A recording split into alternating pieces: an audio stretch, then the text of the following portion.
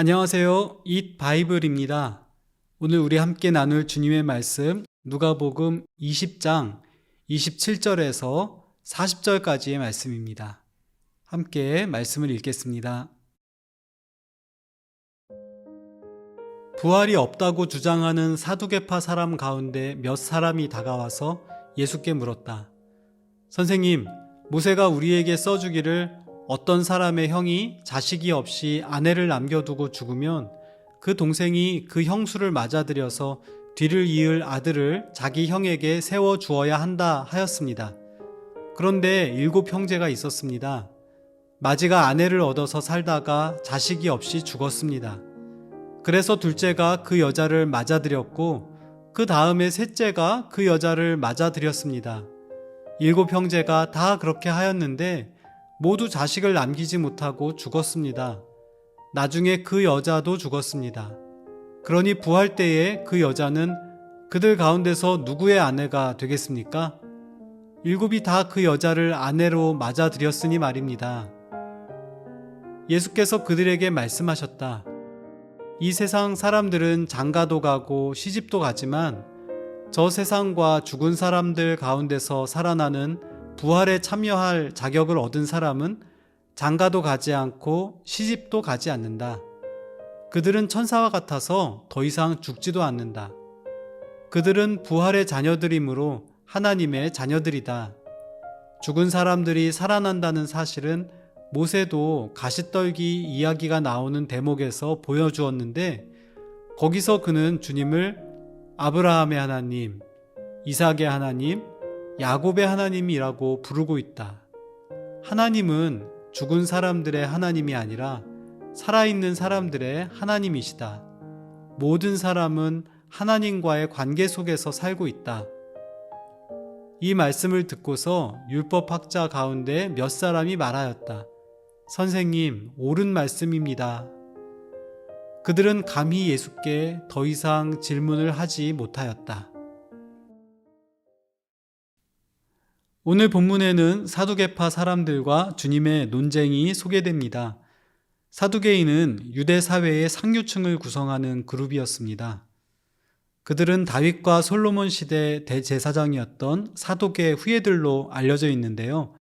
예수님 당시에 외세와 활발히 교류하면서 정치, 경제, 사회적으로 높은 지위를 차지했고 특히 당시의 성전 제사장직 등 종교 권력까지도 쥐고 있었습니다.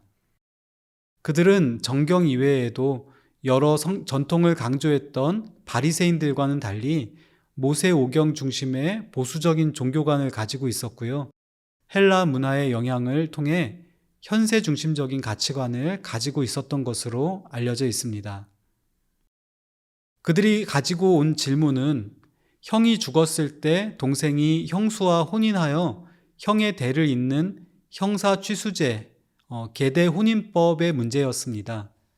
본래 이 제도는 형수를 자신의 아내로 받아들여 죽은 형을 위해 자식을 낳고 그에게 재산을 물려주어서 형의 가계를 살리는 목적이 있었습니다. 여성의 사회적인 지위와 활동이 미미했던 시기에 남편 잃은 여성과 그 자녀의 살 길을 마련해 주려는 것입니다. 그러나 본문의 사두개파 사람들은 이 법에서 언급하지 않는 모호한 부분 때문에 부활 사상이 옳지 않다고 주장하려 했던 것 같습니다. 그들은 이 세상에서의 삶과 부활 이후의 삶에 대한 여러 의문을 제기하며 묻습니다. 7 형제의 첫째가 결혼했으나 자식 없이 죽었고 둘째, 셋째, 결국 막내까지도 같은 방식으로 죽은 뒤에 그 여인마저 죽은 상황을 가정합니다. 이런 복잡한 사연을 가진 가정이 부활 때 어떻게 정리가 될 것인지가 그들이 출제한 고차 방정식이었습니다. 주님은 그들에게 답하십니다. 부활의 삶은 전혀 다른 존재 방식을 지닌다고 말씀하십니다. 즉, 저 세상과 부활의 사람들은 결혼하지도 않고 죽지도 않는다는 것입니다. 결혼 제도는 다양한 의미를 가지고 있지만 유한한 한 세대가 다음 세대를 발생시키고 독립적으로 세상을 살아가며 또 다음 세대를 만들도록 준비하는 기능을 갖습니다. 그런데 영원한 생명이 주어지는 부활의 맥락에서는 이러한 세대의 구분과 결혼 제도에 근본적인 변화가 있을 것입니다. 또 주님은 사두개파 사람들이 특별히 권위를 두는 모세오경의 출애굽기 기사를 인용합니다. 하나님을 아브라함의 하나님, 이삭의 하나님, 야곱의 하나님이라고 말하는 본문을 제시하시면서 하나님은 죽은 자의 하나님이 아닌 산자의 하나님이라고 말씀하십니다. 이 조상들은 이미 오래전에 죽은 사람들이지만 하나님과의 관계 안에서는 지금도 분명히 살아있다고 모세의 입을 빌어 논증하신 것입니다. 사두개인들은 계대 혼인의 논리적인 난해점을 근거로 부활을 부정하려고 했지만 주님은 오히려 그들이 이 제도를 맥락에 맞지 않게 이해했음을 지적하시고 성경이 지지하는 하나님 나라의 완성된 방식으로서 부활을 명확하게 지지하십니다. 또 이 논쟁은 다가올 주님의 십자가 죽음과 그분의 첫 부활을 통해 가시적으로 입증될 것이었습니다. 본문에서 우리는 두 가지의 중요한 교훈을 얻습니다. 먼저 세상은 다양한 방식으로 진리에 도전합니다. 그렇지만 주님의 복음 진리는 결코 흔들리지 않는다는 것입니다.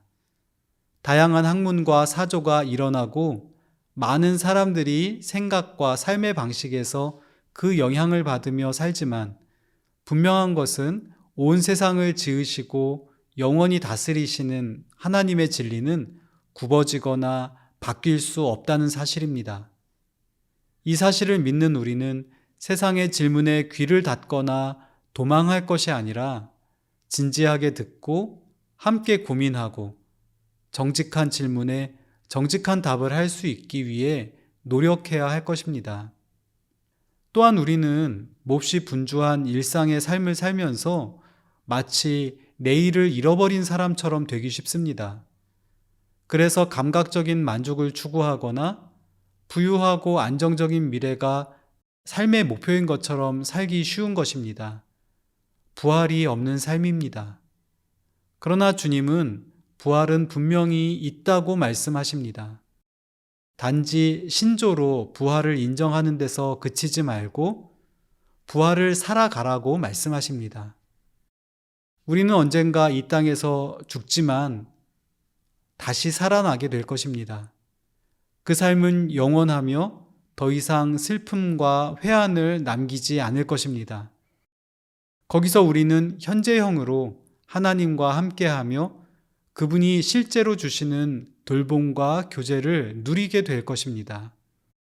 하나님의 백성인 우리는 영원과 부활의 영광을 사모하며 오늘을 살아가는 사람들입니다.